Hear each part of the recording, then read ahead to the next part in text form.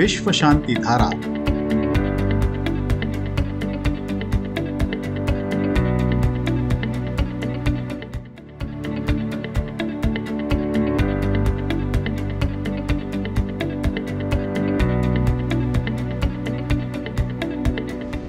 मनुष्य आज विनाश के कगार पर खड़ा है। पूरी दुनिया में अशांति फैली हुई है। ऐसे में विश्व शांति की आवश्यकता बहुत ज्यादा और तेज हो गई है। इस अशांत वातावरण में विश्व शांति कैसे और किस प्रकार हो सकती है, इस पर विचार विमर्श करने के लिए दुनिया भर के ज्ञानी, साधु संत, शास्त्रज्ञ और तत्ववेत्ता पुणे में एक साथ आए। अवसर था लोनी स्थित दुनिया के सबसे बड़े विश्व शांति गुंबद में आयोजित विज्ञान, धर्म और तत्व ज्ञान पर आधारित 8वीं वैश्विक संसद का।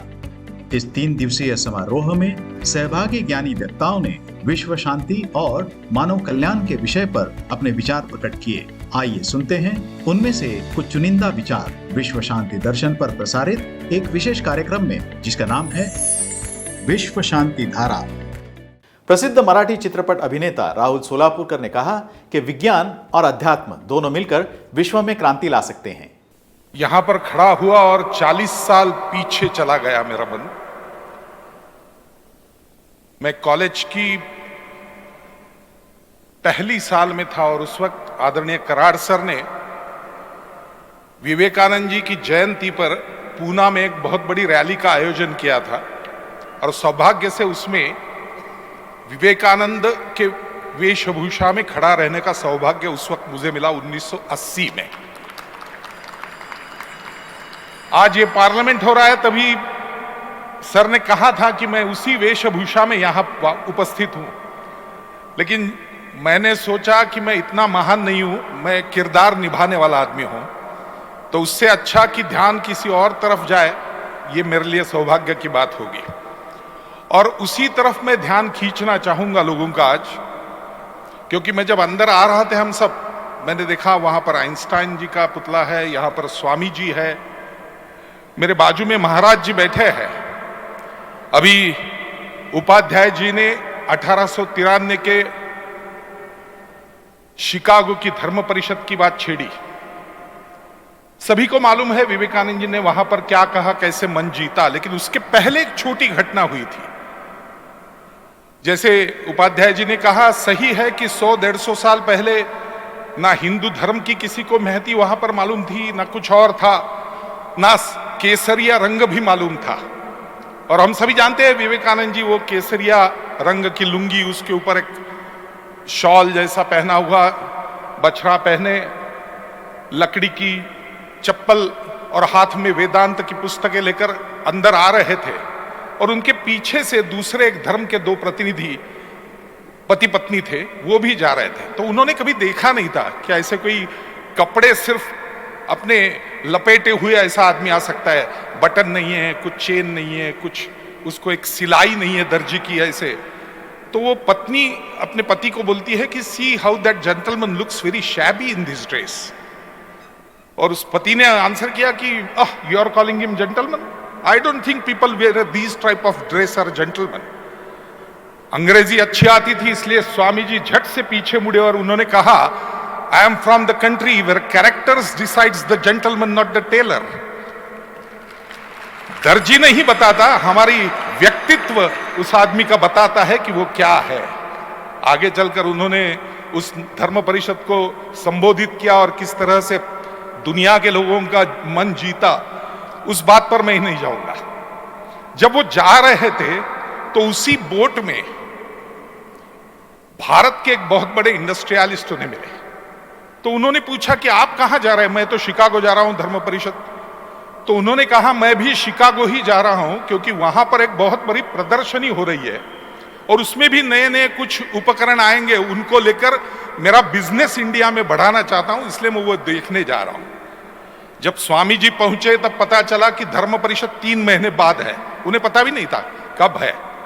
तो अब क्या करने का, वक्त तो गुजारना है। तो उन्होंने सोचा कि उस इंडस्ट्रियलिस्ट ने बताया था कि यहां पर कुछ प्रदर्शनी है, वैज्ञानिक उपकरण अलग अलग, तो क्यों ना वो देखने में चला जाऊं। और वो वहां पर गए, प्रदर्शनी हर रोज देखते थे। हुआ ये कि एक जगह पे एक पीछे उनके आदमी खड़ा था, उसे ऐसा लगा कि ये जो केसरिया रंग में आदमी खड़ा है और जो देख रहा है और वो इन्वेंटर से कुछ बात कर रहा है, शायद उसे विज्ञान का पता नहीं है लेकिन फिलॉसफी उसको पता है अच्छी तरह से, और इसलिए वो जो सवाल पूछ रहा है वो बहुत अहम है। और उसने अपनी डायरी निकाली और नोट्स लेना शुरू किया। 6 दिन तक ये सिलसिला चलता रहा कि वो हर रोज वो प्रदर्शनी के बाहर राह देखता था और जैसे ही स्वामी जी आते थे उनके पीछे से अंदर जाता था और जहां भी स्वामी जी जो भी पूछे वो अपने डायरी में लिख के लेता था। बाद में उसने 2-3 स्वामी जी के भाषण सुने, उसके बाद स्वामी जी का पता नहीं चला और उसने छोड़ दिया वो। समस्त बंधू भगिनी आणि वारकरी भाविक भक्तांनो, तत्वज्ञ संत श्री ज्ञानेश्वर श्री तुकाराम महाराज यांच्या नावाने आणि विश्वधर्मी प्राध्यापक डॉक्टर विश्वनाथदास कराड यांच्या अथक प्रयत्नाने साकार झालेल्या या विश्वशांतीच्या घुमटातून भागवत वारकरी परंपरेचा हा ज्ञान विज्ञानाधिष्ठित अध्यात्मशास्त्राचा दिव्य संदेश संपूर्ण मानव जातीला सुख, समाधान आणि शांतीकडे घेऊन जाईल याचा आम्हाला विश्वास वाटतो। जगभरातील मान्यवरांनी गौरवलेला हा विश्व शांतीचा घुमट लवकरच जगातील एक आश्चर्य म्हणून ओळखला जाईल आणि भारताला विश्वगुरु म्हणून मान्यता प्राप्त करून देईल अशी आमची प्रांजळ भावना आहे। 1896 में स्वामी जी यूरोप पर गए थे और यूरोप में जब गए तो वहां पे एक बहुत अलग घटना हुई। सारा बेनहर्ट नाम की एक फ्रांस की एक्ट्रेस थी, उसने इजियल नाम का एक नाटक बिठाया था जो गौतम बुद्ध की और जीवन में सब व्यर्थ है, निरर्थक है, इस विषय पर आधारित था। और किसी ने बोला तो स्वामी जी बोले इतना अच्छा नाटक है तो मैं भी देखने जाता हूं। स्वामी जी नाटक देखने गए और जैसे ही श्रोतागणों में स्वामी जी को देखा, सारा बेनहर्ट अच्छी तरह से उन्हें पहचानती थी, उसने जाके उन्हें संदेशा भेजा कि स्वामी जी नाटक के बाद अंदर आना, मेरे एक दोस्त को मैं आपसे मिलवाना चाहती हूं। स्वामी जी अंदर गए नाटक के बाद। अंदर जाने के बाद उस दोस्त को उन्होंने मिलाया और उस दोस्त ने एक डायरी निकाली और उनके सामने रखी, वो सारा बेनहर्ट के। स्वामी जी पढ़ने लगे तो उन्हें पता चला कि ये 1893 में जब मैं वहां पर इंडस्ट्रियल प्रदर्शनी में गया था तब मैंने पूछे ये सवाल है, उसकी नोट्स ली है उसमें। तो उन्होंने पूछा ये आपके पास, तो बोले मैं 6 दिन आपके पीछे पीछे चलता रहा और ये सारी नोट्स ले ली। उसके बाद मैंने वेदांत का अभ्यास किया और मुझे ऐसे पता चला कि हमारे यहां पर साइंस में जो टर्म्स अलग अलग यूज होती है, जिसे हम कहते हैं एनर्जी, मैटर, टाइम, उससे ज्यादा प्राण, आकाश और कल्पाज, ये कल्प टाइम के जगह जो हमारे यहां वेदांत में यूज होता है, यह और बड़ी है व्याख्या। तो क्यों ना मैं इन्हीं को ही यूज करूं अपने साइंस के नई नई इन्वेंशंस में। और आगे चलकर उसने जितने भी साइंस के इन्वेंशंस किए उसमें ना कहीं उसने यूज मैटर का किया, ना एनर्जी का किया, ना टाइम का किया। हर जगह पुस्तक में उसने सिर्फ लिखा है प्राण, आकाश तत्व और कल्पाज।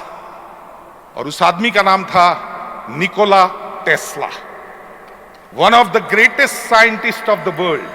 2012 में जब सार्धशती हुई तब एक बुक निकला निकोला टेस्ला और स्वामी जी की गहरी दोस्ती पर, उनके सारे खत और बाकी सारी चीजें। और उसमें उसने लिखा है कि गणितीय पद्धति से फोर्स और मटेरियल, इन दोनों को मैं अगर एक ही व्याख्या में बताना चाहता हूं तो मैं उसके लिए नाम दूंगा चेतना। ये निकोला टेस्ला ने लिखा है। इसलिए मैं सिर्फ इतना ही कहना चाहूंगा, क्योंकि ये 8वीं वर्ल्ड पार्लियामेंट है dedicated for science, religion and philosophy.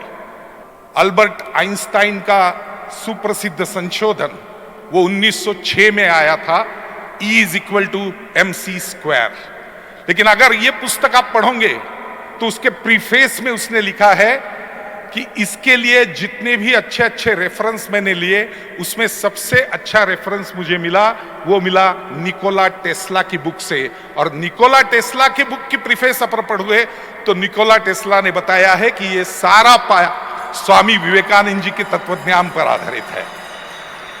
तो विज्ञान और अध्यात्म हाथ में हाथ लेकर अगर आगे जाए तो पश्चिम का विज्ञान और भारत का अध्यात्म, इन दोनों को लेकर दुनिया में एक नई क्रांति पैदा हो सकती है, ये स्वामी जी का कहना था।